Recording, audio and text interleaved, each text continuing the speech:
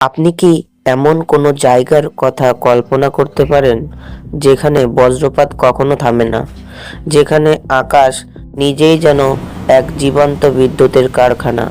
দক্ষিণ আমেরিকার ভেনেজুয়েলার কাতাকুম্বো নদী যেখানে মারাকাইবো হ্রদে মিশেছে, সেখানে দেখা যায় পৃথিবীর এই অনন্য বিস্ময়।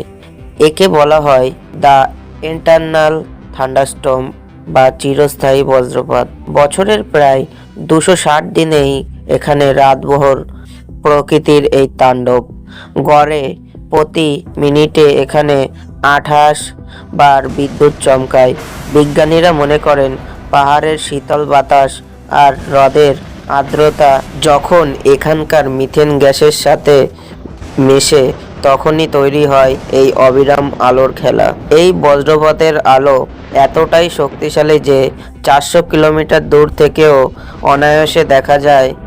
একসময় নাবিকেরা একে মারাকাইবো বাতিকার বলে দিক নির্ণয় করত। প্রকৃতির এই অদ্ভুত পাওয়ার হাউস সত্যিই কি বিস্ময়কর নয়? এমন আরও অজানা তথ্য জানতে এখনই সাবস্ক্রাইব করুন আননোন ডোজকে।